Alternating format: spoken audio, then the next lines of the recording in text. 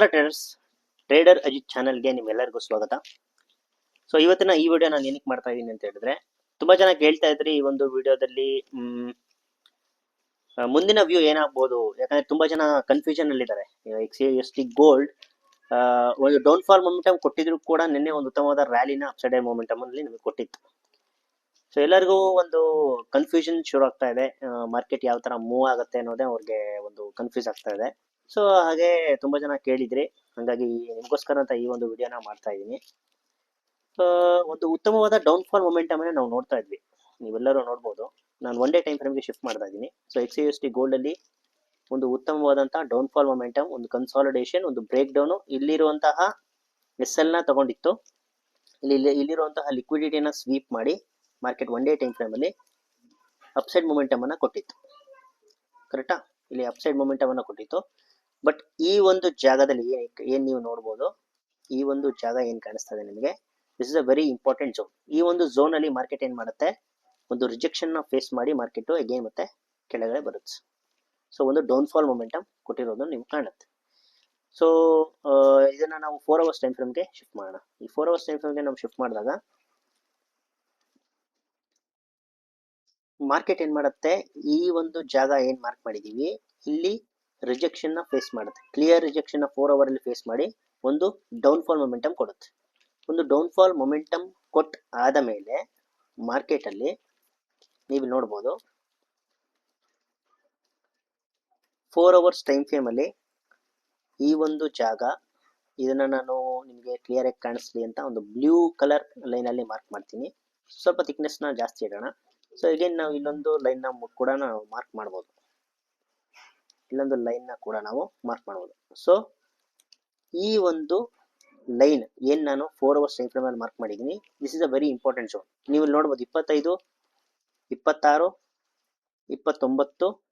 So almost near by ಎಷ್ಟು ದಿನ ಇಲ್ಲೇ ಓಡಾಡಿದೆ ಮಾರ್ಕೆಟ್ ನೋಡಿ. 24ನೇ ತಾರೀಕು, 25, 26, 29, 30, 1ನೇ ತಾರೀಕು. ಸೊ ಒಂದಿಷ್ಟು ದಿನನೂ ಕಂಪ್ಲೀಟ್ ಆಗಿ ಮಾರ್ಕೆಟ್ ಇಲ್ಲಿ 4 hours ಟೈಮ್ ಫ್ರೇಮ್ ಅಲ್ಲಿ ಒಂದು ಕನ್ಸಾಲಿಡೇಷನ್ ಫೇಸ್ ಮಾಡ್ತಾ ಇತ್ತು. ಸೊ ಕನ್ಸಾಲಿಡೇಷನ್ ಫೇಸ್ ಮಾಡ್ತಾ ಇತ್ತು. ನಾನು ಇನ್ನ ಒಂದು ಸಣ್ಣ ಟೈಮ್ ಫ್ರೇಮ್ಗೆ ನಾನು ಶಿಫ್ಟ್ ಆಗ್ತೀನಿ. ಸೊ ಇಲ್ಲಿ ಅಂತ ಏನು ಡಿಫರೆನ್ಸ್ ನಮಗೆ ಈ ಒಂದು ಟೈಮ್ ಫ್ರೇಮ್ ಅಲ್ಲಿ ಕಾಣಿಸಲ್ಲ.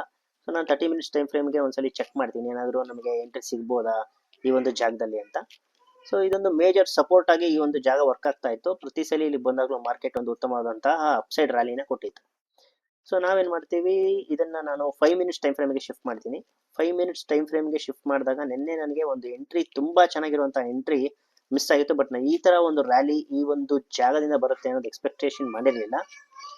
ಬಟ್ ಈ ಒಂದು ಝೋನ್ ಏನ್ ಕಾಣಿಸ್ತಾ ಇದೆ, ಈ ಬ್ಲೂ ಕಲರ್ ಲೈನ್, ಇಲ್ಲಿಂದ ಒಂದು ಮಾರ್ಕೆಟ್ ಉತ್ತಮವಾದಂತಹ ರ್ಯಾಲಿನ ಕೊಟ್ಟಿತ್ತು.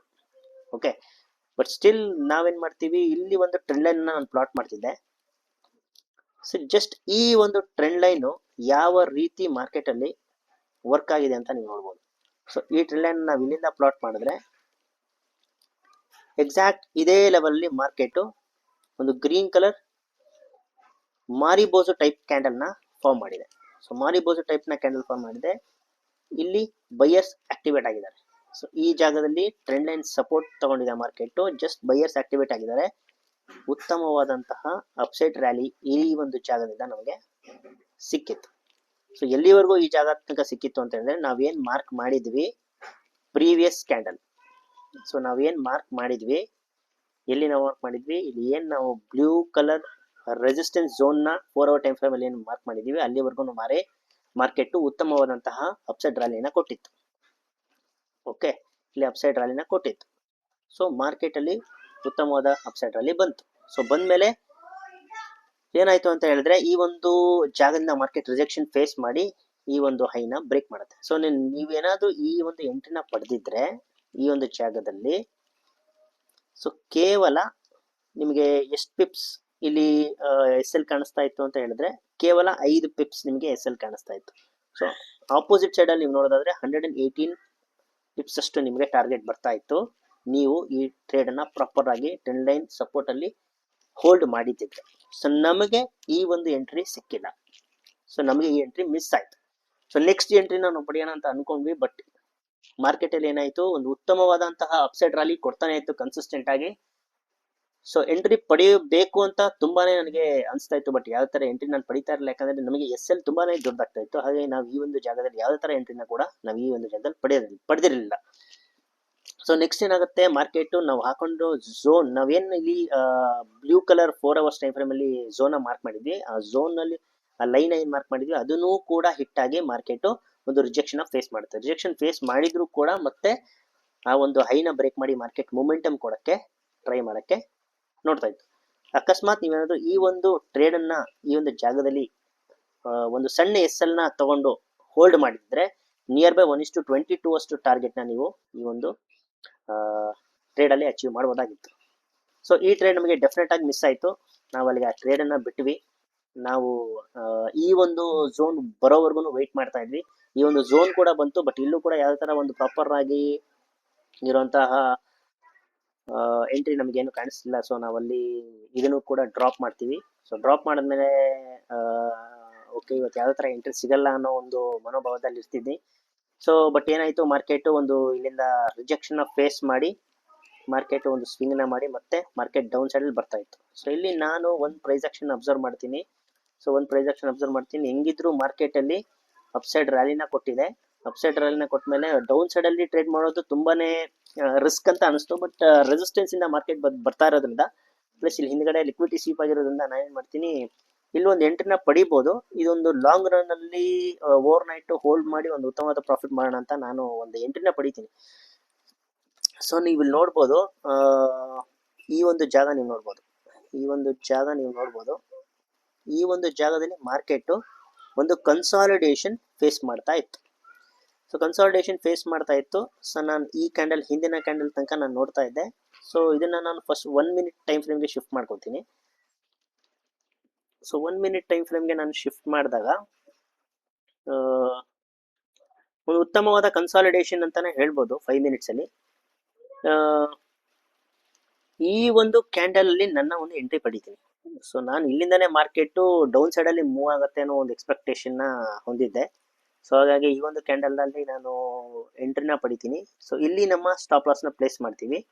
ನನ್ನ ಟಾರ್ಗೆಟ್ ನ ನಾನು ಎಲ್ಲಿ ಸೆಟ್ ಮಾಡಿರ್ತೀನಿ ಅಂತ ಹೇಳಿದ್ರೆ, ಈ ಒಂದು ಜಾಗದಲ್ಲಿ ನನ್ನ ಒಂದು ಟಾರ್ಗೆಟ್ ನ ನಾನು ಪ್ಲೇಸ್ ಮಾಡಿರ್ತೀನಿ. ಇಲ್ಲಿ ನೀವು 15 ಮಿನಿಟ್ಸ್ಗೆ ಹೋಗ್ಬೋದು. 15 ಮಿನಿಟ್ಸ್ಗೆ ಹೋದ್ರೆ ನಿಮಗೆ ಇಲ್ಲಿ ಕ್ಲಿಯರ್ ಆಗಿ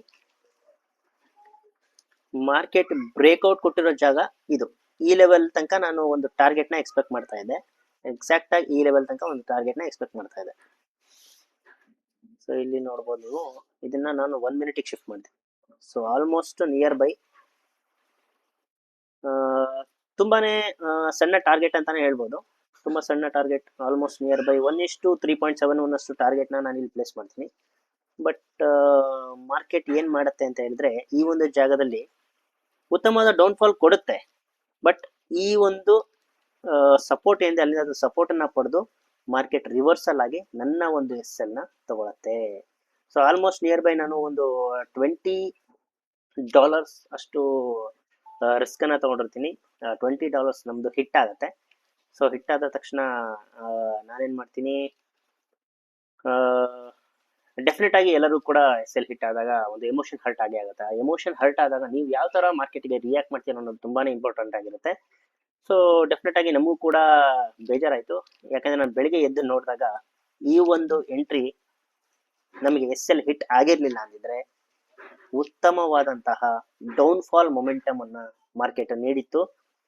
ಸೊ ನಾವು ಡೆಫಿನೆಟ್ ಆಗಿ ಇಲ್ಲಿ ಒಂದು ಟಾರ್ಗೆಟ್ ಅಲ್ಲಿ ಎಕ್ಸಿಟ್ ಆಗ್ತಾ ಇದ್ವಿ. ಬಟ್ ಸ್ಟಿಲ್ ನಾನು ಹಾಫ್ ಕ್ವಾಂಟಿಟಿ ಅಥವಾ ಒಂದು 75% ಅಷ್ಟು ನನ್ನ ಕ್ವಾಂಟಿಟಿ ನಾನು ಎಕ್ಸಿಟ್ ಆಗಿರ್ಲಿಲ್ಲ ಅಂದಿದ್ರೆ ಮಾರ್ಕೆಟ್ ಉತ್ತಮವಾಗಿ ನಮಗೆ ನಿಯರ್ ಬೈ 1:22 ಅಷ್ಟು ಟಾರ್ಗೆಟ್ ನಾವೇನು ಬೆಳಗ್ಗೆ ಟ್ರೇಡ್ ಅಲ್ಲಿ ಮಿಸ್ ಮಾಡಿದ್ವಿ, ಈ ಒಂದು ಟ್ರೇಡ್ ಅಲ್ಲಿ ನಾವು ಡೆಫಿನೆಟ್ ಆಗಿ ತಗೋಬಹುದಾಗಿತ್ತು ಅಂತಾನೆ ಹೇಳ್ಬೋದು.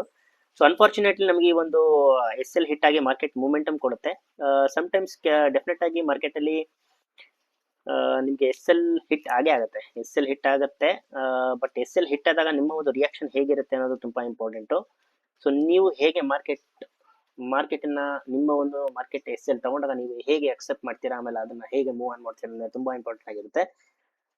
ಸೊ ಇದನ್ನೆಲ್ಲ ನೀವು ಕಲಿಬೇಕಾದ್ರೆ ನಮಗೆ ತುಂಬಾ ವರ್ಷಗಳೇ ಹಿಡಿತು.